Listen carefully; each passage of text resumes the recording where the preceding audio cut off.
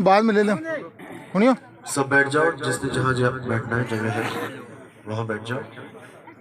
सारे अपने आसन ग्रहण करो।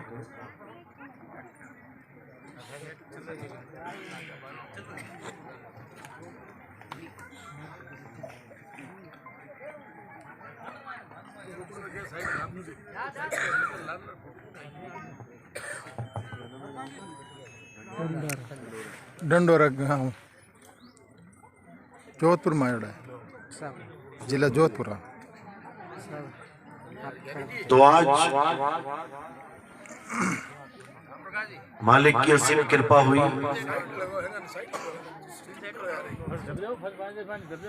जो आज डंडोरा गांव में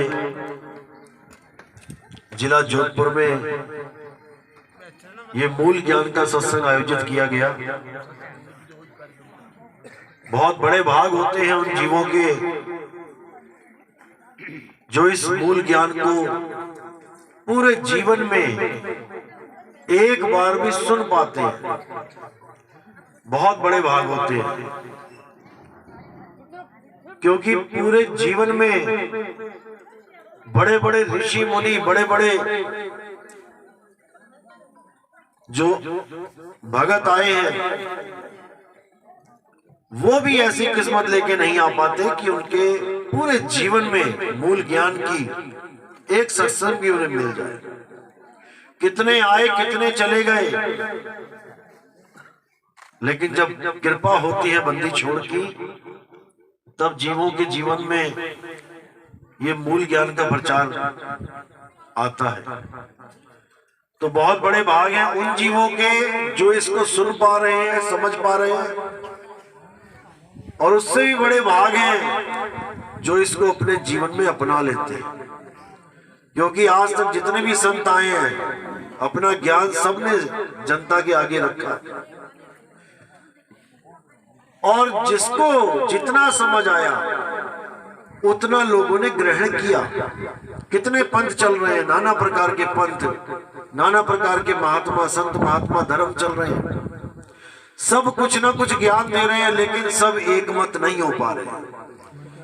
कोई देवी देवताओं की पूजा कर रहा है, तो कोई नमाज पढ़ रहा है, तो कोई अरदास कर रहा है, तो कोई प्रेयर कर रहा है। सब अपने अपने हिसाब से अपने अपने भगवान को मनाने में लगे हैं, जबकि सबको पता है कि परमात्मा ईश्वर अल्लाह एक है। आज तक ना तो कभी किसी ने दो कहा, और ना ही कभी कोई ऐसा आएगा जो दो कहेगा। और जो दो कहता है वो सच में कुछ जानता ही नहीं है। जल, वाटर, नीर, तोय, पानी, ये पांच नाम हैं। नाम भले अलग अलग हैं, लेकिन वस्तु एक है। इसीलिए सब संतों ने एक की महिमा गाई है। उसी एक को आज हम समझेंगे, वो एक है क्या। क्योंकि एक से अनेक तो हम हो ही गए हैं। कोई दादू पंथी, कोई नानक पंथी, कोई धर्मदास पंथी, कोई रविदास पंथी, कोई पंथी, कोई पंथी। दुनिया भर के पंथ एक परमात्मा के नाम पे बट गए, जबकि इन्हीं संतों ने हमें समझाया कि वो एक है। हम एक तो नहीं हो पाए, लेकिन हम संत के ही शरीर को पकड़ के अलग अलग पंथी हो गए। नानक साहब ने कहा कि परमात्मा एक है, अल्लाह एक है, वाहिगुरु एक है। हमने नानक साहब को पकड़ के अलग पंथ चला लिया। धर्मदास जी ने बताया कि अल्लाह एक है, अपने पूरे विश्व का एक परमात्मा है, तो धर्मदास पंथी बन बैठे उसको समझ के। दादू साहिब ने बताया अल्लाह ईश्वर एक है, तो दादू पंथी बन बैठे। इसी प्रकार अलग अलग पंथ में अलग अलग संत महात्माओं को पकड़ के अलग अलग हो गए। आज हम उस पे बात करेंगे जो एक है। आज केवल एक की बात होगी। तो सत्संग शुरू करने से पहले एक बात अच्छी तरह समझ लो कि परमात्मा एक है, दो नहीं है। तो आज का सत्संग शुरू करेंगे, पहले जयकारा लगाएंगे, फिर आज का सत्संग शुरू करेंगे। बोलिए परमपिता परमात्मा की जय हो। सतबंदी छोड़ कबीर साहिब की जय। सभी संतों की जय। सभी भक्तों की जय। आज के आनंद की जय। सकल हंस को बंदगी साहिब बंदगी सतनाम साहिब। इको थोड़ा कम करना है, इसको थोड़ा सा कम। तो आज जो मूल ज्ञान की बात चल रही है, इसको आपने अच्छी तरह समझना है। इस दुनिया में दो प्रकार का ज्ञान है, एक है पवित्र ज्ञान और एक है मूल ज्ञान, जिसके लिए कबीर साहब ने संतों को समझाया, धर्मदास जी को समझाया कि हे धर्मदास, जो ज्ञान मैं तुम्हें समझा रहा हूं, इसमें से पवित्र ज्ञान तो तुम भाग देना, लोगों को समझा देना, लेकिन जो मूल ज्ञान है उसको गुप्त रखना।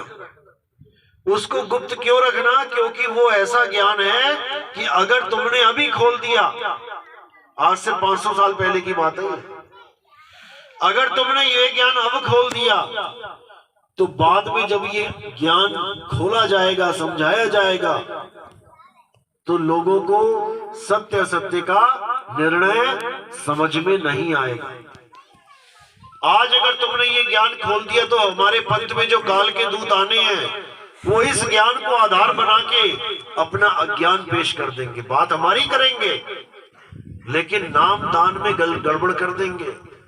क्योंकि काल कभी नहीं चाहता कि एक भी परमात्मा का जीव इस 3 लोक से आजाद हो जाए। कौन से हैं 3 लोक? ये धरती, आसमान और पाताल। अपने सिर के ऊपर देखो एक ढक्कन लगा हुआ है, जैसे कुकर का ढक्कन लगा देते हैं ना, ऐसे हम सबके सिर के ऊपर एक ढक्कन लगा है। देखो ऊपर नीली छतरी का ढक्कन, इसको कोई पार नहीं कर सकता। चाहे किसी भी रॉकेट में बैठ के चला जाए, तुम इस लोक को पार नहीं कर सकते। तो इसीलिए साहब ने धर्मदास को समझाया कि धर्मदास, जब असली ज्ञान खुलेगा तब हर विवेकी हंस विवेक करके सत्य सत्य का निर्णय करेगा। इसलिए तुम केवल पवित्र ज्ञान भागना, मूल ज्ञान को गुप्त रखना। तो साहिब ने वहां पे वाणी बोली, धर्मदास मेरी लाख दुहाई, और ये मूल ज्ञान बाहर ना जाई। मूल ज्ञान बाहर जो पढ़ी, बिचली पीढ़ी हंस न तरी। अगर मूल ज्ञान को तुमने खोल दिया तो बिचली पीढ़ी हंस। बिचली पीढ़ी कौन सी? जिसने भक्ति की शुरुआत तो कर दी अन्य पंथों में, कहीं से राम राम ले लिया नाम दीक्षा में, कहीं से ओम सोम ले लिया, कहीं से सत सोहंग ले लिया, कहीं से ज्योत निरंजन ओंकार, अलग अलग नाम ले लिए, भक्ति तो शुरू कर दी, लेकिन उनकी मुक्ति नहीं होगी क्योंकि मूल ज्ञान नहीं है। इसलिए वो बीच मझधार में है। अभी नदी में तो छलांग मार दी पार होने के लिए, लेकिन पार नहीं हो पाएंगे क्योंकि मूल ज्ञान की किश्ती नहीं है। इसीलिए बोला कि धर्मदास मेरी लाख दुहाई, मूल ज्ञान बाहर ना जाई। पवित्र ज्ञान तुम जग में भाखो, मूल ज्ञान गुप्त कर राखो। मूल ज्ञान तब लग छुपाई, जब लग 12 पंथ न मिट जाए। जब तक काल भगवान के 12 पंथ नहीं खत्म हो जाते, यानी उनका ज्ञान उजागर नहीं हो जाता, तब तक इस मूल ज्ञान को छुपा के रखा जाएगा। तो 12वां पंथ कौन सा था? गरीबदास जी का पंथ है 12वां, छुड़ानी में। उस पंथ में काल के दूत घुस चुके हैं और पूरा मिलावट ज्ञान दिया जा रहा है। उसी में एक संत निकले जिसका नाम हंस मुनि बताया कि 12वें पंथ में एक काल का ही दूत आएगा जो हंस मुनि नाम से आएगा, लेकिन संत कहाएगा क्योंकि कबीर कबीर करेगा, नाम कबीर का लेगा और मंत्र जाप सब देवी देवताओं के देगा। जब उसका अंत होगा, अंत यानी उसके अज्ञान का अंत होगा, तब असली मूल ज्ञान खुलेगा। यानी 11 अक्टूबर 2018 को उनको जेल हो गई और 13 अक्टूबर 2018 को हमारा सत्संग YouTube चैनल पे शुरू हो गया। यानी 2 दिन के अंदर ये मूल ज्ञान खुला और ऐसा खुला कि उनके हजारों लाखों शिष्य और भी अन्य पंथों के इस मूल ज्ञान को सुन के जागृति में आ गए, जाग गए, समझ गए कि कबीर साहब हमें क्या बताना चाहते थे। वो जान गए कि हमें कैसे भरमाया जा रहा है, 52 अक्षरों के जाल में कैसे फंसाया जा रहा है। आज हम सब परमात्मा को पाना चाहते हैं, परमात्मा का नाम लेना चाहते हैं, गुरु धारण करते हैं उसका नाम लेने के लिए, लेकिन हमें नाम कौन सा दिया जा रहा है? 52 अक्षरी नाम। क्या होता है ये 52 अक्षरी नाम? जितने भी नाम हिंदी, पंजाबी, उर्दू, फारसी, अलग अलग भाषाओं में लिखे, पढ़े और बोले जा सकते हैं, ये 52 अक्षरी नाम है। आज तक जितने भी गुरु इस दुनिया में आए हैं, उनसे जिसने भी दीक्षा ली है, 52 अक्षरी ही दीक्षा दी गई है। कुछ ना कुछ नाम मंत्र लेके गुरु से आके रट रहे हो कि नहीं रट रहे हो?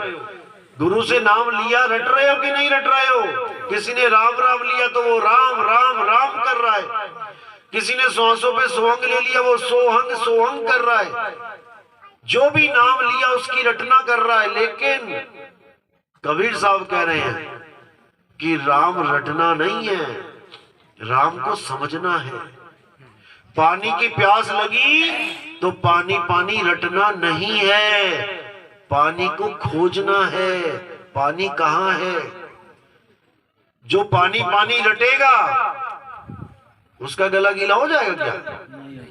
नहीं होगा, वो प्यासा ही मर जाएगा।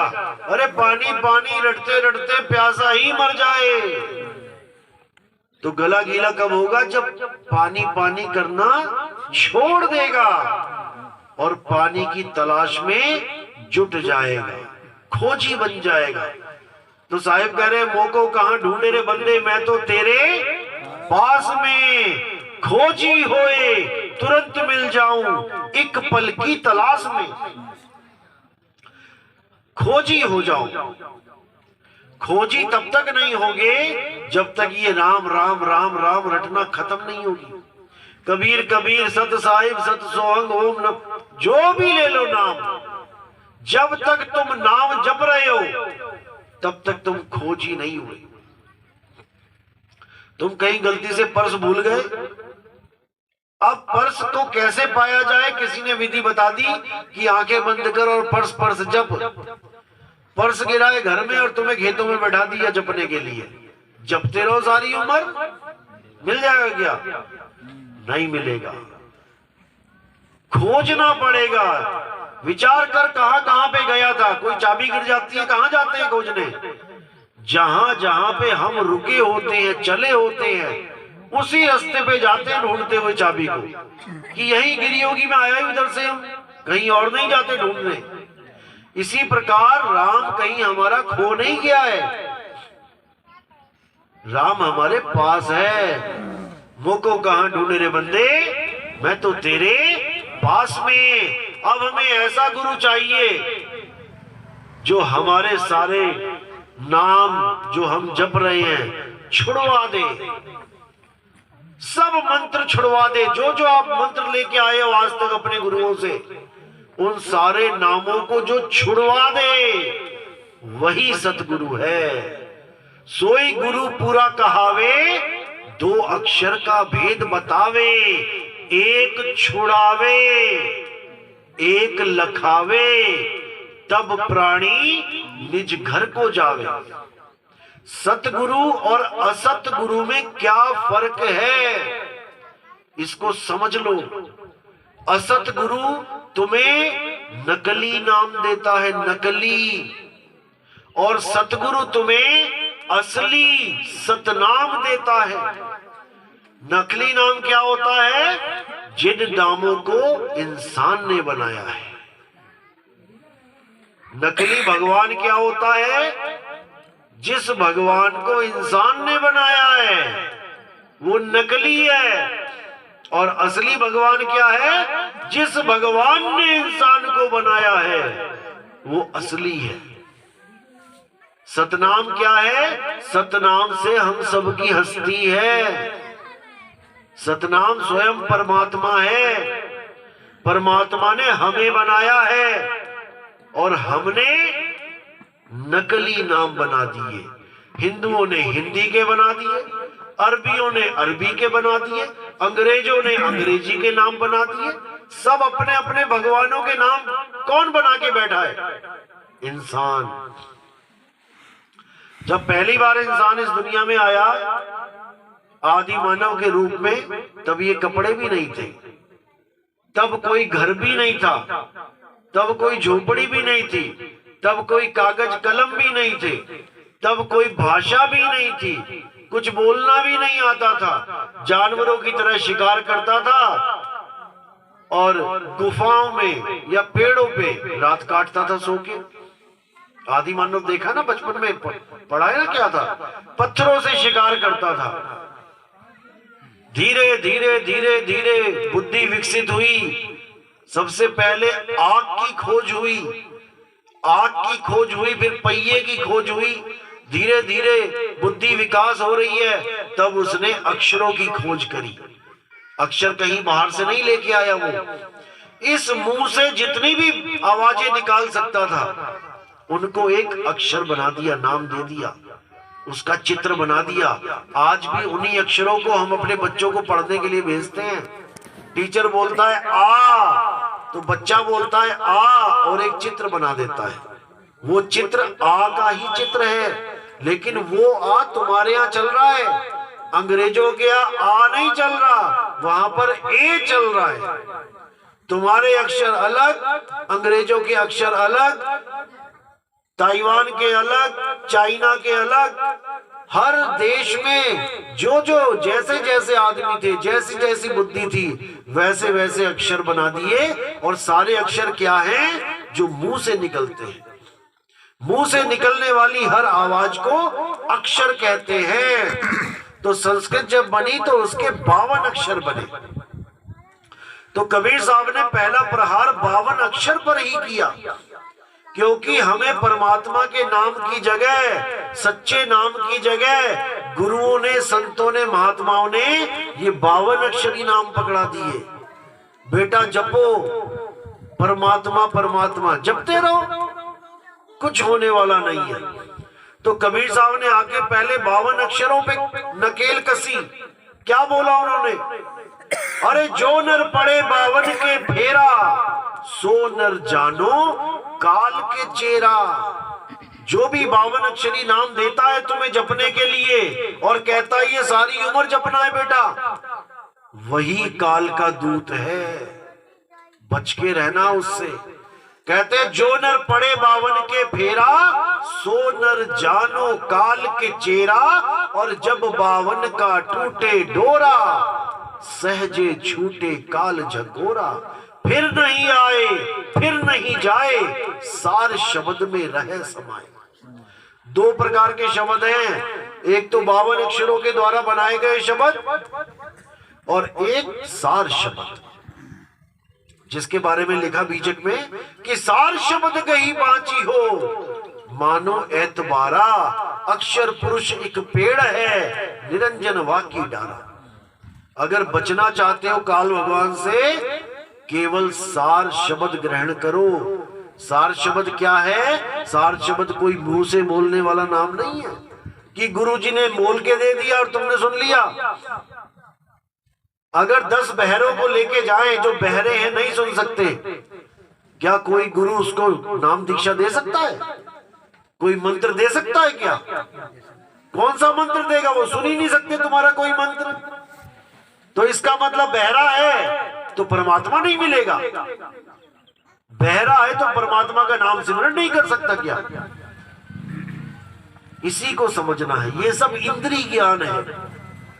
परमात्मा इंद्रियों से परे है, इंद्रियों की जरूरत नहीं है परमात्मा को पाने में। इसीलिए साहिब ने कहा नाम है जप में, नाम है तप में। अगर कोई नाम जप रहा है भगवानों का, कहते कभी नहीं मिलता, कभी कभी परमात्मा नहीं मिलने वाला। नाम है जप में, नाम है तप में, ना एकांत निवास में, और खोजी होए तुरंत मिल जाऊं एक पल की तलाश में। कहे कबीर सुनो भाई साधो, मैं तो हूं विश्वास में। किस किस ने सुना ये भजन? हाथ खड़े करो। वो को कहां ढूंढे रे बंदे, मैं तो तेरे पास में। उसमें बोला ना नाम है जप में, लेकिन क्या करवा रहे हैं सारे गुरुआ लोग? मंत्र ही जपवा रहे हैं। यानी जो जो कबीर साहब मना कर रहे हैं कि ये नहीं करना, वही सब वो कर रहे हैं। किसी का नाम नहीं जपना, क्योंकि जपने वाले को सतगुरु नहीं कहते, जपने वाले को जपी कहते हैं, और तपस्या करने वाले को तपी कहते हैं। एकांत निवास जंगल में चले जाने को सन्यासी कहते हैं। तो जपी तपी सन्यासी सतगुरु नहीं होते। सतगुरु वो है जो सतनाम बतावे। अरे सतगुरु सोई सतनाम बतावे, बाकी गुरु कोई काम ना आवे। सतनाम का भेद बताना है हमें। सतनाम होता क्या है? सतनाम कोई मंत्र नहीं है कि सतनाम 4 अक्षरों का मंत्र लेके आ गए सतनाम सतनाम जप रहे हो। अरे सतनाम कोई नाम नहीं, यह है आपन रूप, और जो जाने इस भेद को पावे आप स्वरूप। सतनाम हमारा आत्म स्वरूप है, जो सदा सदा सत्य है, जिसका कभी नाश नहीं होता। और ये जितने 52 अक्षरी नाम है, ये सब खिर जाएंगे, नाश हो जाएंगे। इसीलिए कबीर साहब ने बोला 52 अक्षर लोक त्रय। इस 3 लोक में जो कुछ भी तुम्हें दिख रहा है, उसका एक नाम है 52 अक्षरी। बादल, आकाश, पेड़, मिट्टी, धूल, जो मर्जी तुम्हें दिखाई दे रहा है, उसका एक नाम रखा हुआ है। लोहा, चना, जो मर्जी देखो उसका एक नाम है। लेकिन साहिब कह रहे हैं कि परमात्मा का कोई नाम नहीं है। परमात्मा का कोई नाम नहीं है, ये तो इन वस्तुओं के नाम है, वो भी तुमने रखे हैं।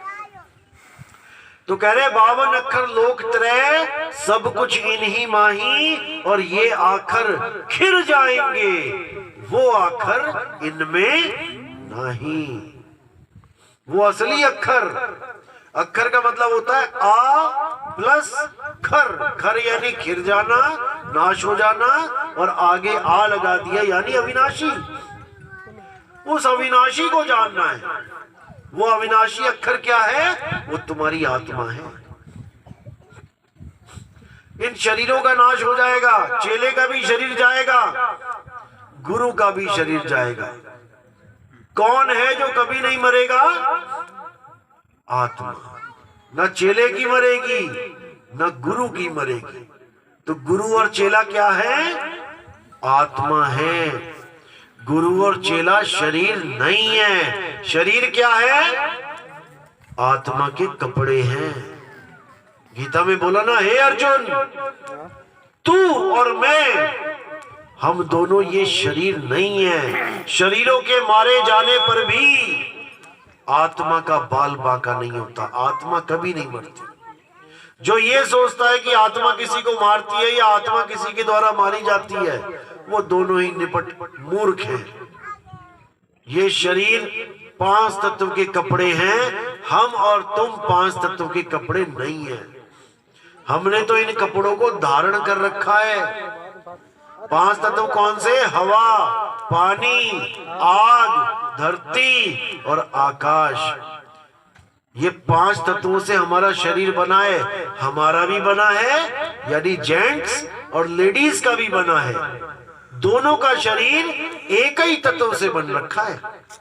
उसी आकाश से आदमी का, उसी आकाश से औरत का, उसी पानी से आदमी का, उसी पानी से औरत का, उसी हवा से, उसी जल से आदमी का, उसी से औरत का। दोनों में कोई फर्क नहीं है। तो हम उसे आदमी और उसे औरत क्यों कह रहे हैं, जब दोनों में कोई फर्क नहीं? केवल शेप का फर्क है। आदमी की शक्ल देख के तुम कहते हो ये आदमी है, औरत की शक्ल देख के कहते हो ये औरत है। केवल शक्ल और शरीर की बनावट ही अलग है, बाकी दोनों में पांचों तत्व विद्यमान है। जैसे एक ही मिट्टी से एक कुम्हार ने घड़ा बना दिया, एक ने बना दी सुराही। दोनों ही मिट्टी के हैं, दोनों को फोड़ के दोबारा से घिस दो, दोनों मिट्टी बन जाएगी, पता भी नहीं लगेगा कि मिट्टी सुराही की कौन सी है कि घड़े की कौन सी है। इसी प्रकार आदमी और औरत के शरीर को मिक्सी में घुमा दो, पता ही नहीं कर पाओगे आदमी का कौन सा और औरत का कौन सा। लेकिन तुम आदमी और औरत नहीं हो, तुम शरीर नहीं हो। शरीर पांच तत्वों का पुतला मात्र है। तुम तो इस शरीर को चला रहे हो, तुम शरीर को चला रहे हो। और जब तुम शरीर छोड़ोगे अंत में, तो तुम्हारा ही बेटा क्या बोलेगा, पापा हमें छोड़ के चले गए। अब पापा नीचे लेटे हैं, पापा को ही जलाने की तैयारी की जा रही है, लेकिन फिर भी बच्चा बोल रहा है पापा मुझे छोड़ के चले गए। तो फिर ये कौन लेटा है नीचे भाई? जब पापा छोड़ के चले गए, कहां चले गए? स्वर्गवास हो गया। स्वर्गवास यानी कि अभी घर में वास था, अब स्वर्ग में वास। वास यानी रहना, यानी पापा पहले हमारे साथ रहते थे, अब पापा चले गए स्वर्ग में रहने। तो जब पापा चले गए स्वर्ग में रहने, तो वो तो स्वर्ग में है, तो मरा कौन? मरा कौन? पापा यहां थे, मान के चलो तुम्हारे पापा यहां राजस्थान में थे, वो चले गए अमेरिका काम करने। अब तुम क्या कहोगे लोगों को, पापा मर गए? पापा मर नहीं गए, पापा राजस्थान को छोड़ के अमेरिका में हैं। इसी प्रकार पापा इस शरीर को छोड़ के पहले कहां रहते थे? पापा इसी शरीर में रहते थे, अब इस शरीर को छोड़ के स्वर्ग में चले गए रहने। मरा कौन? कोई नहीं मरा, कोई नहीं मरा। तो कबीर साहब ने यही बोला, अरे पानी में पानी मिला और मिला पौन में पौन, और मैं तो उसे पूछूं पंडिता इनमें मरा कौन? कोई नहीं मरता। इस दुनिया में सबसे बड़ा, लोग कहते हैं ना सबसे बड़ा सच क्या है, कहते हैं मौत सबसे बड़ा सच है। कबीर साहब कहते हैं इस दुनिया में सबसे बड़ा झूठ ये है कि कोई मरेगा। कोई नहीं मरता, भूल जाओ। मर ही गए तो फिर स्वर्गवास क्यों लिखवा दिया? कोई नहीं मरता। शरीर भी मरेगा नहीं, ये तो पांच तत्वों से जुदा हो गया था, अब ये पांच तत्वों में लीन हो जाएंगे, मिल जाएंगे। तो मिलने का मतलब मौत नहीं होता। ये शरीर पहले भी मृत था, ये तुम्हारे शरीर छोड़ने के बाद भी मृत्यु रहेगा। ये पांच तत्व जिंदा है कि मुर्दा है? हवा पानी आग जिंदा है कि मुर्दा है? कभी बात करिए हवा से, कितनी स्पीड में जा रही है भाई आज? कभी अग्नि से पूछा आज कितना टेम्परेचर तुम्हारा? कभी पानी से पूछा कितनी स्पीड में निकल रहा भाई पुल के नीचे से? मुर्दा है, सारी उम्र बोलते रहो, जवाब नहीं मिलेगा। पांचों मुर्दों को मिला के एक शरीर बना दिया। अब इससे पूछो क्या टेम्परेचर है, बताएगा थर्मामीटर लगा के। इससे पूछो कितनी स्पीड में दौड़ता है, बताएगा तुम्हें 100 मीटर कितने में कंप्लीट करता हूं। वही पांच तत्व जो मुर्दा थे, वो ये पांच तत्व की एक मूर्ति बना के जीवित कैसे हो गया? पांच मुर्दों को तुम शमशान घाट से ले आओ और पांचों को इकट्ठा कर दो, घर में आके जिंदा हो जाएगा क्या? तो ये कैसे जिंदा हो गया? ये पांच तत्व कैसे जिंदा हो गए? क्योंकि इसमें जीव नाम की एक चीज है जिसको जीव कहते हैं। वो जीव ही इस पिंजड़े में रहता है और जीव ही इस पिंजड़े को छोड़ के चला जाता है। जीव साहिब कहते हैं मुझे बताओ जीव कहां से आया, इस काया में जीव कहां से आया, इसी को समझना है बस, और कुछ नहीं। जीव ही तुम्हारी इस वक्त अवस्था है। जीव अवस्था क्या होती है? जब सुरता अपने मूल को छोड़ के इस काया को अपना स्वरूप मानने लग जाती है, तो वो जीव अवस्था कहलाती है। अभी हम सब जीव हैं, सब जीव हैं। कहते हैं ना कि पानी में रहने वाले 5 जीवों के नाम लिखो। कौन है ये जीव, इसी को समझना है। पापा जीव है, मम्मी जीव है, भाई जीव है, बहन जीव है, और तुमने आज तक अपने पापा को कभी देखा ही नहीं, क्योंकि तुम किसको देखते रहे? हवा, पानी, आग, धरती और आकाश को। ये पांचों तत्व हवा, पानी, आग, धरती और आकाश ही है। तुम इन्हीं पांचों को माँ और पांचों को बाप बना के बैठे हुए हो। पापा किसको कह रहे हो? इस चमड़ी को। क्या ये मिट्टी है? ये देखो मिट्टी जैसी है कि नहीं, गीली मिट्टी, इसी को मान के बैठे, जबकि ये पिंजड़ा है। 5, 25, 3 का पिंजड़ा, वाह में तुमको राखे हो, तुमको बिसर गई सुध घर की, ये महिमा अपनी भाके हो। इस पिंजड़े में एक तोता है जो बोल रहा है। पिंजड़ा लोहे का है, तोता भी लोहे का है, तोता लोहे का नहीं है। पिंजड़ा मिट्टी का है, तोता मिट्टी का नहीं है। इस पिंजड़े में एक तोता रहता है, वही तोता तुम्हारी माँ, तुम्हारे बाप, तुम्हारा भाई, तुम्हारा बहन है। वो तुमसे बात करता है दिन भर, पापा क्या हाल है? ठीक है बेटा। तोते ने तोते से पूछा, और बोला कौन? कौन बोल रहा है इस वक्त? ये पिंजड़ा है, पिंजड़ा बोल रहा है। मुंह लग रहा है कि तोता बोल रहा है, बोल पिंजड़ा रहा है, हिल रहा है ना मुंह, लेकिन आवाज तोते की है। बोल पिंजड़ा रहा है, मुंह पिंजड़े का हिल रहा है, लेकिन आवाज तोते की है। अब दिन भर ये आपस में दो तोते बात करते रहते हैं फोन पे। अब इस तोते ने उस तोते को कभी नहीं देखा, उस तोते ने इस तोते को कभी नहीं देखा। वो तोता सोच रहा है ये पिंजड़ा है मेरा दोस्त, और वो वाला तोता सोच रहा है ये पिंजड़ा है मेरा दोस्त। यानी पिंजड़े और पिंजड़े की दोस्ती हो गई, तोता तोते को जानता ही नहीं। और जब तोता उड़ जाता है तो कहता है मेरा दोस्त मुझे छोड़ के चला गया। यानी आज तक केवल पिंजड़े को ही दोस्त मानते रहे। ये पिंजड़ा है, जैसे मकान है। मकान किससे बनता है? ईंट से, सीमेंट से, सरिये से। तो ये क्या है? ईंट क्या है इस शरीर में? हमारी कोशिकाएं, सेल, एक सेल के ऊपर दूसरा सेल, तीसरा सेल, चौथा सेल, यानी एक ईंट के ऊपर दूसरी ईंट, तीसरी ईंट, चौथी ईंट, बन गया मकान। ये बन गया सेल का मकान। कैसे बना? कैसे? सरिये के द्वारा। सरिये लगाए तो सीमेंट खड़ा हो रहा है। अब सरिये क्या है इसमें? हमारी हड्डियां। ये हड्डियां सरिये है। हड्डियां निकाल दो तो यहीं गिर पड़ोगे लोथड़े की तरह, जैसे बकरे का मांस पड़ा होता है। ये हड्डियां हैं, ये है सरिया। सीमेंट क्या है? सीमेंट है हमारा मांस। सीमेंट है हमारा मांस। और ये क्या है? काला, पीला, गोरा, ये है हमारा पेंट। मकान के बाहर जितने रंग बिरंगे पेंट है, ये देखो कितने रंग बिरंगे बैठे हुए हैं सारे।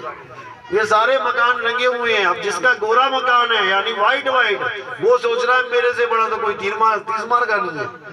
वो अपने आप को सुंदर समझ रहा है। और जिसका बेचारे ने काला पेंट करवा लिया, वो अपने आप को सोच रहा है हाय राम, मुझे काला क्यों बना दिया। ना तुम काले, ना कोई और गोरा। वो भी तोता, तुम भी तोते, बस पिंजड़ा गोरा और काला है। अब इस पिंजड़े से बचना है हमने, इस पिंजड़े को ही त्यागना है। अगर हमने अपने आप को पिंजड़ा मान लिया तो याद रखना दोबारा पिंजड़े में आना पड़ेगा। यही कबीर साहब बार बार समझा रहे हैं कि ना तुम देही हो, ना तुम्हारा गुरु देही है। और अगर कोई देही ज्ञान देता है, वही काल का छातिर दूत है। तो साहिब कह रहे देही ज्ञान सब जगत बखाने, विदेही ज्ञान कोई बिरला जाने। विदेही यानी आत्मा, आत्म ज्ञान। आत्म ज्ञान ही वो ज्ञान है जिसे मूल ज्ञान कहते हैं। उसी को छुपा के रखना था। आत्म ज्ञान का मतलब है तुम्हें तुम्हारा ज्ञान हो जाए, पिंजड़ों को छोड़ो और अपने आप को जानो। आत्म ज्ञान।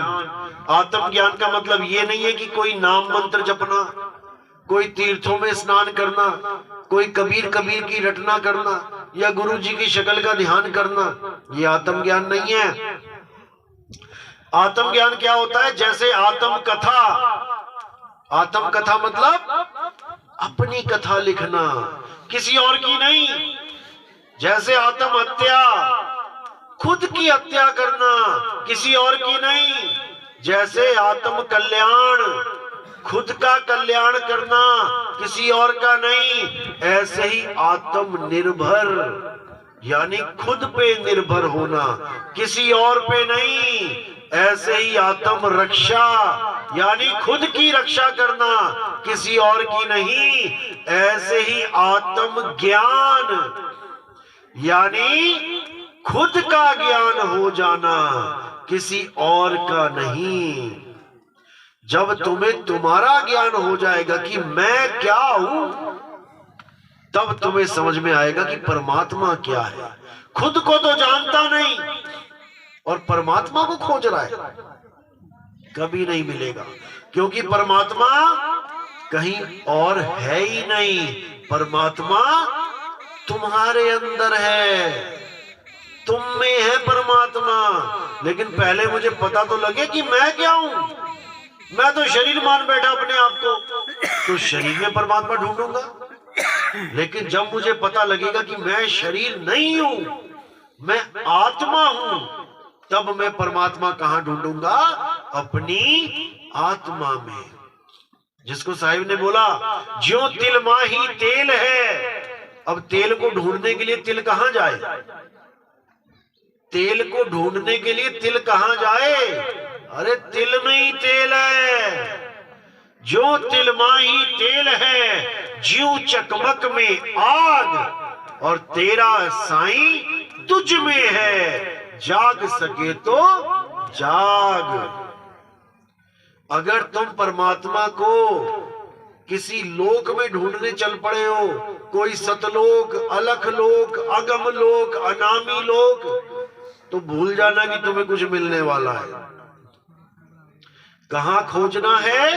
आत्म में परमात्म दर से, परमात्म में झाई, और झाई में परछाई दर से, लखे कबीरा साईं। परमात्मा तुम्हारी आत्मा में विद्यमान है, क्योंकि जहां परमात्मा बैठ जाए जाके, वो जगह अजर अमर अविनाशी हो जाती है। तो आत्मा क्या है? हे अर्जुन, आत्मा अजर अमर अविनाशी है।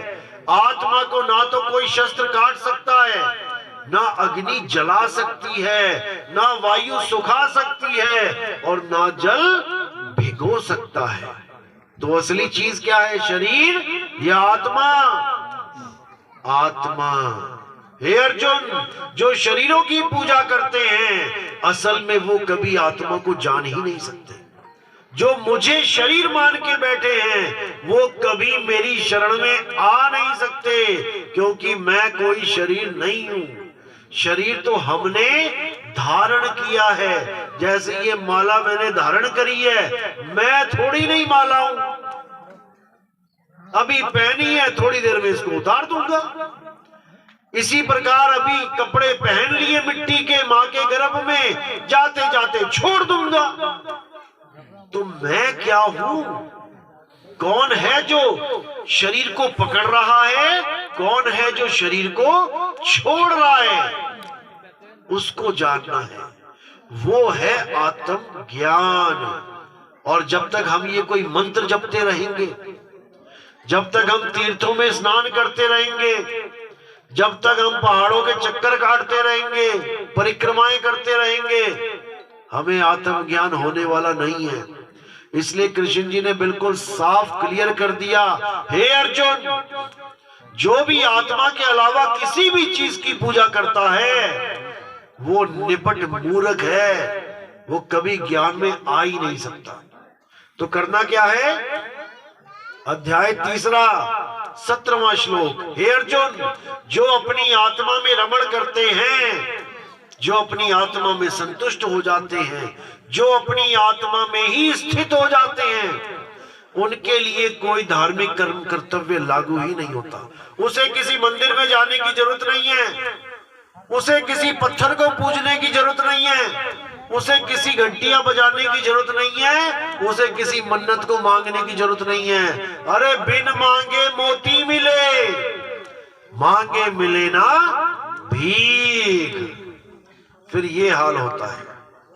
इसीलिए हे अर्जुन, ऐसे गुरु की शरण में जाओ जो तुम्हें आत्म ज्ञान देवे, जो तुम्हें मंत्र जंतर तंत्र देवी देवताओं की पूजा ना करवावे, बल्कि इनसे छुड़वा के आत्मा में स्थित करवा देवे, तभी तुम स्थित प्रज्ञ होवोगे।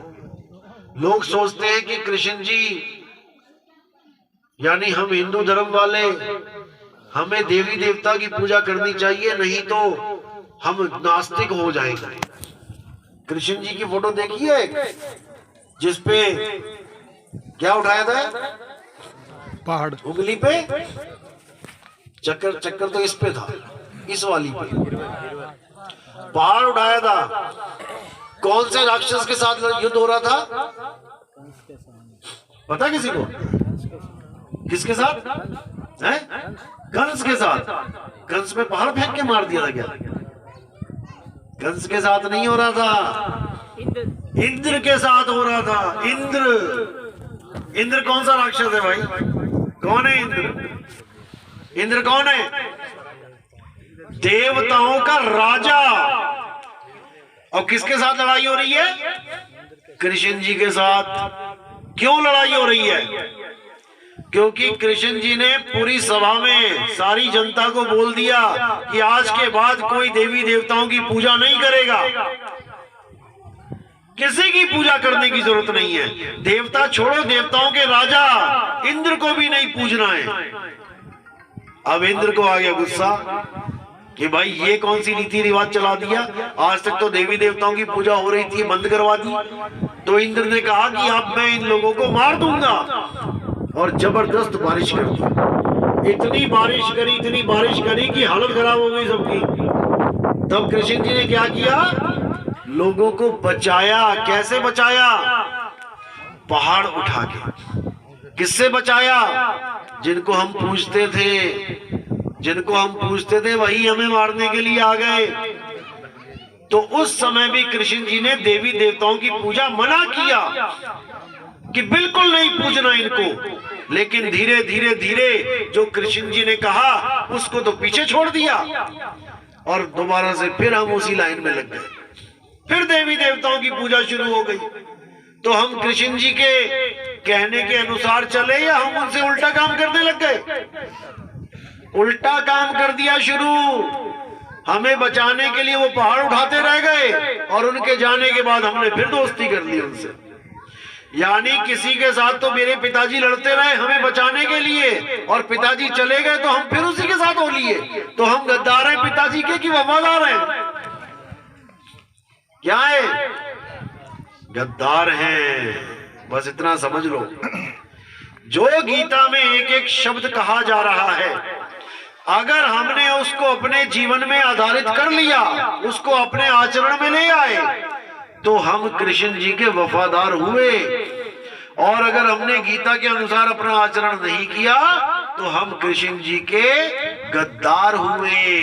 इसलिए सबसे पहला काम क्या करना है? गीता उठा के लेके आओ अपने घरों में। तुम्हें गीता पढ़ने तक से वंचित रखा गया। क्यों? कैसे? क्या क्या बोला पंडितों ने? अगर नहाए धोए बिना हाथ लग गया तो पाप लग जाएगा। तुमने कहा अरे बाप रे, इससे अच्छा तो लेके ही मत आओ। तुम्हें दूर कर दिया गया गीता से, क्योंकि अगर तुमने गीता पढ़ ली तो इन मंदिरों में ताले लग जाएंगे। मंदिरों में ताले लग जाएंगे अगर तुमने सही से गीता पढ़ ली। अध्याय 7 पढ़ो। हे अर्जुन, देवताओं की पूजा करने वाले देवलोक को जाते हैं, भूतों की पूजा करने वाले भूतों में जन्म लेते हैं, पितरों की पूजा करने वाले पितरलोक को जाते हैं। ये तीनों ही मेरे किसी काम के नहीं। ये तीनों मुझ तक नहीं पहुंच सकते, ये कभी भी मुझे प्राप्त नहीं कर सकते। तीनों को एक ही कटघरे में खड़ा कर दिया। ये मत सोचना कि राक्षस की पूजा करने वाले राक्षस हैं और देवताओं की पूजा करने वाले देव हैं। एक ही कैटेगरी में खड़ा कर रखा है। क्योंकि असल में राक्षस कोई है ही नहीं। जिसको आप राक्षस मानते हो, किसको मानते हो राक्षस? सबसे बड़ा राक्षस कौन है जो हर साल आपके सिर पे आगे खड़ा हो जाता है? कौन है? रावण। रावण को राक्षस मानते हो ना? कौन था रावण? पूरा कौन है रावण? पानी पिला पानी। देवलोक में विष्णु जी का अपना कौन है? द्वारपाल। विष्णु जी का द्वारपाल है कौन? रावण। उसको श्राप मिला था सनक सनंदन से, इसलिए उसको रावण बन के आना पड़ा 3 जन्म तक। एक में रावण, एक में कंस और एक में हिरण्याकश्यप। 3 जन्म भुगते अपने, दोबारा फिर कहां चला गया? विष्णु जी के पास। तो रावण कहां रहा वो? लेकिन तुम आज तक उसको आग लगा रहे हो, और है भी वो द्वारपाल। जब तुम जाओगे ना यहां से तो रास्ते में पकड़ के मारेगा, तुम्हें घुसने नहीं देगा अंदर, कि मुझे ही आग लगा रखी है तूने। रोज हर साल आग लगा देता है।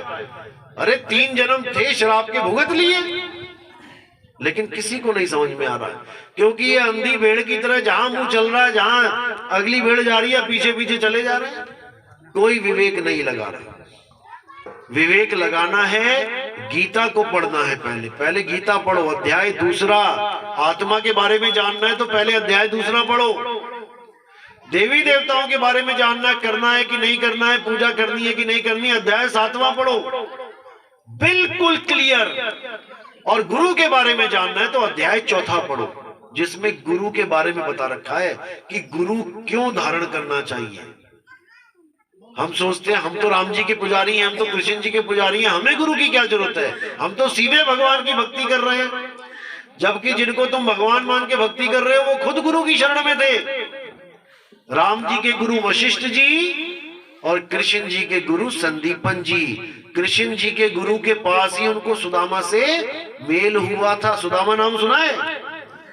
सुदामा को क्या मिला होगा सोचो। जाने के बाद कृष्ण जी के लोक में चले गए होंगे ना, मुक्ति मिल गई होगी। पता है क्या बने थे वो? दोबारा राक्षस बना दिया गया उनको, शंखचूड़ राक्षस। शिव महापुराण उठाओ, शिव महापुराण में शंखचूड़ नाम के राक्षस का वृतांत सुनो, तब समझ में आएगा कि एक भी नहीं बच रहा है यहाँ पे, सबको श्राप लगा हुआ है, सब श्रापित हैं। अगर आपकी जमीन श्रापित है, किसी ने श्राप दे दिया, कहो बिके ही ना सारी उम्र, लोगों को पता लग जाए ये श्रापित जमीन है, कोई खरीदे ना। क्योंकि श्राप को इतना बुरा मानते हैं हम लोग। और जिसकी हम पूजा कर रहे हैं वो कैसे हैं, श्रापित है कि नहीं है? राम जी को श्राप लगा कि नहीं लगा था? किसने दिया था? विष्णु जी को। किसने दिया था श्राप? नारद जी ने दिया था। जो सारा दिन नारायण नारायण नारायण करता था उसी ने श्राप दे दिया। सीता जी को किसका श्राप लगा था? एक गर्भवती तोती का श्राप लगा था। वो कथा सुनती थी उनसे, गर्भवती तोती से। वो छोड़ा ही नहीं उसको पिंजरे में डाल के, वहीं पे मर गई। तो तोते ने श्राप दिया कि जैसे मेरी गर्भवती बीवी को तूने, खत्म हो गया उसका काम, ऐसे तुझे भी गर्भवती को परेशानी झेलनी पड़ेगी। इसलिए जब वो गर्भवती थी तो उनका श्राप वहां लगा।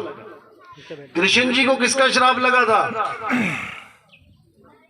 राम जी को किसका श्राप लगा जो कृष्ण बन के आना पड़ा? सुग्रीव का, बाली का।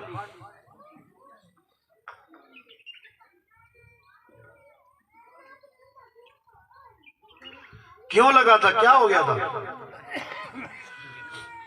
बाली को ये वरदान था कि जो भी तेरे साथ लड़ेगा उसकी आधी ताकत तेरे अंदर आ जाएगी। रावण को 6 महीने तक बगल में दबा के रखा था उसने। अब राम जी ने मारा बाली को, तो कैसे मारा? अगर मल्ल युद्ध करके सामने आमने मारते तब तो समझ में आता। अब 2 भाई लड़ रहे हैं आपस में, 2 भाई लड़ रहे हैं आपस में, और आप क्षत्रिय धर्म निभा रहे हो, आप क्षत्रिय हो। क्षत्रिय धर्म क्या कहता है कि बच्चे पे, औरत पे और निहत्थे आदमी पे वार नहीं करना है। निहत्था तो छोड़ो, आप तो छुप के वार कर रहे हो निहत्थे पे। दो भाई आपस में लड़ रहे हैं, तीसरे को बीच में आने की जरूरत ही नहीं है। पहले उनमें से एक को जीतने दो, उसके बाद तुम लड़ना। दो पहलवान लड़ रहे होते हैं, बाहर से कोई गोली मार दे तो उसको प्राइज मिलेगा क्या? बस वही मिला, वहां पर भी प्राइज नहीं मिला, श्राप मिला। बाली ने कहा, अरे भगवान जी, राम जी, एक बार मुझे कह देते तो रावण को घसीट के ले आता अकेला ही। लेकिन तुमने क्षत्रिय धर्म का भी पालना नहीं करी। जाओ, मैं तुम्हें श्राप देता हूं कि मैं भी तुम्हें छुप के ही तीर मारूंगा। तो कब मारा तीर? किसके मारा तीर? कृष्ण जी के पैर में तीर मारा बाली ने छुप के। वहां तो धोखे से बताया गया, लेकिन वो उसका अदला बदला था। तो इसी प्रकार सारे देवी देवता श्रापित हैं, सबको श्राप लगता है। इंद्र को कौन सा श्राप लगा था? गौतम ऋषि के पास गया था, उसकी बीवी के पास श्राप लगा तो पूरे शरीर पर वही वही वही बन गया, मुंह छुपाते फिरे। और बीवी को क्या श्राप दे दिया कि तू समझ ही नहीं पाई कि तेरा पति है कि बेगाना है। ये तेरी इंद्रियां किस काम की थी? तू स्पर्श नहीं समझ पाई, तू सूंघ नहीं पाई अपने पति को, तेरी आंखें धोखा खा गई, तेरी चमड़ी धोखा खा गई। अरे तुझसे अच्छा तो पत्थर है, चल पत्थर बन जा। बन गई पत्थर।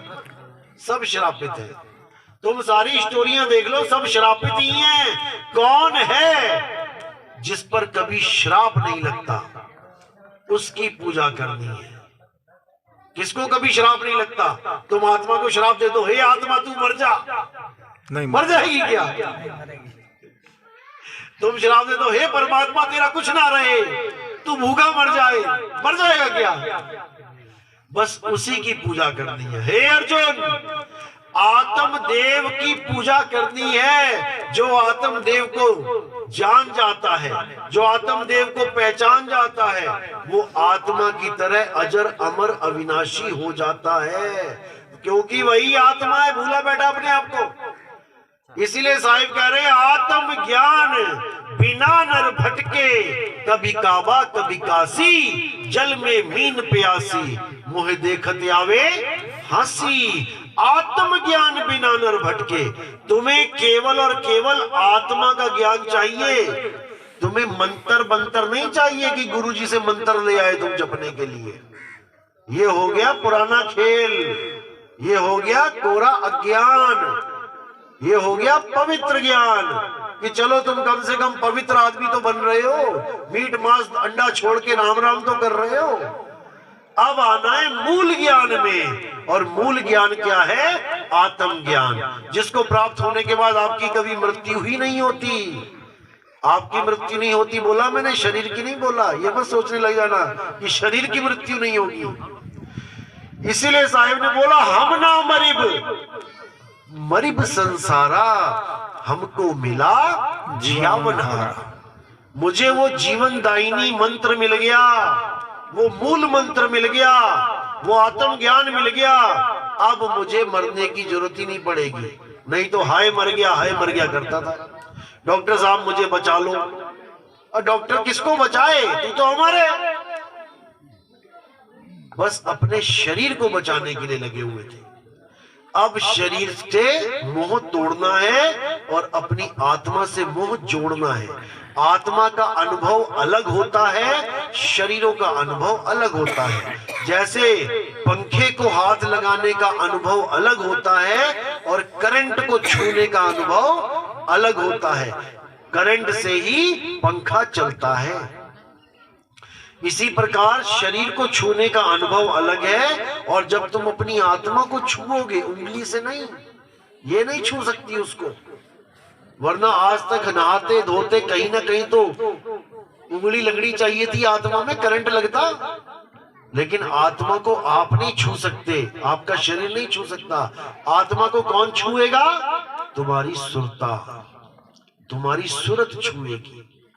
अब ये सुरत क्या होती है? जब गुरु धारण करते हैं तब सुरत और शब्द दोनों का ज्ञान करवाया जाता है। सुरता क्या है, शब्द क्या है, कैसे सुरता को शब्द में लगाना है, तब समझ में आता है। तो कहते हैं गगन में अगिया लागी बड़ी भारी, कहे कवि कबीर बचेगा सोई, जिन शब्द में सुरत संभारी, गगन में अगिया लागी बड़ी भारी। तो अब शरीरों की पूजा नहीं करनी है, जैसे राम जी की नहीं, हनुमान जी की नहीं, कृष्ण जी की नहीं, किसी के शरीर की पूजा नहीं करनी, तो फिर आत्मा की पूजा कैसे करें? कई लोग कहते हैं कि राम जी थे, अब पता नहीं कहां चले गए, अब कैसे उनकी आत्मा को ढूंढे, कैसे उनकी आत्मा की पूजा करें?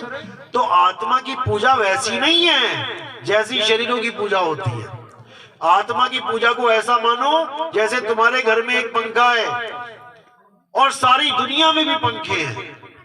अब तुम्हें केवल आत्मा की पूजा करनी है, यानी करंट की पूजा करनी है जो सारे पंखों को चला रहा है। तो बाहर जाने से कोई मतलब नहीं है, अपने ही पंखे में जो करंट है उसको छू लो, तो तुम्हें सारे पंखों के करंट का अनुभव हो जाएगा कि कौन सा करंट है जो सब पंखों को चला रहा है।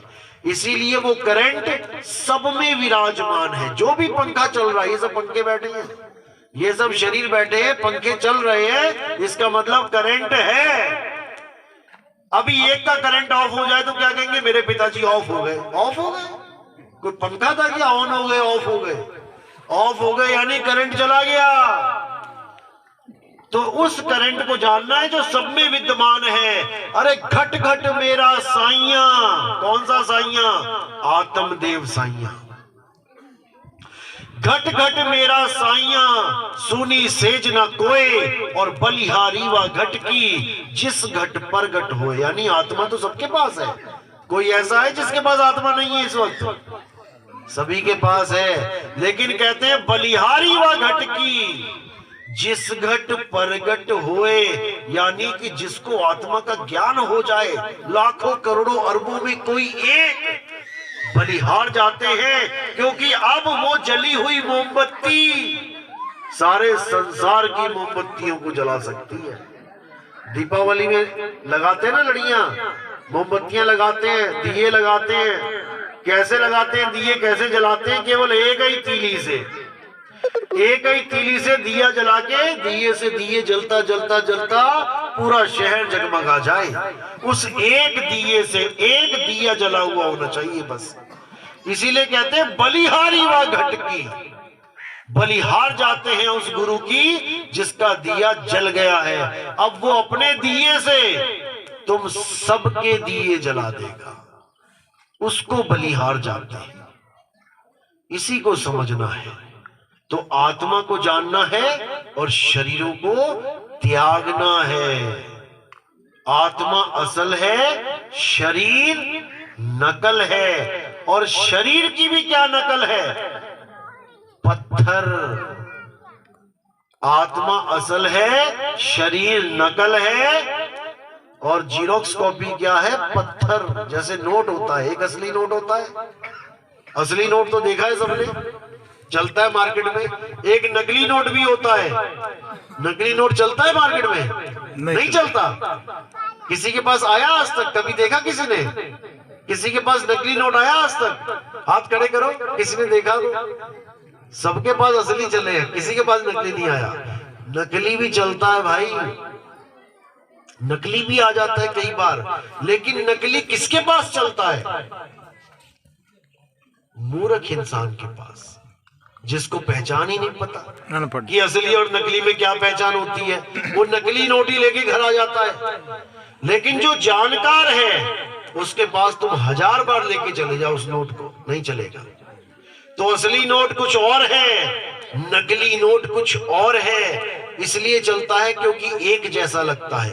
अब अगर उस नोट की भी जीरोक्स कॉपी कर दी जाए, जीरोक्स कॉपी, फोटो कॉपी करवा के अगर दुकान पे लेके जाओ चलाने, तो मूर्ख भी ना लेगा उसको। सियाना वो, होशियार वो जो असली नोट चला रहा है, मूर्ख वो जो नकली चल पा रहा है जिसके पास, और महामूर्ख वो जो फोटो कॉपी चला दे, वो महामूर्ख। इसी प्रकार आत्मा का ज्ञानी परम ज्ञानी, शरीर का ज्ञानी मूर्ख, और इससे भी नीचे जो पत्थर को परमात्मा माने वो महामूर्ख।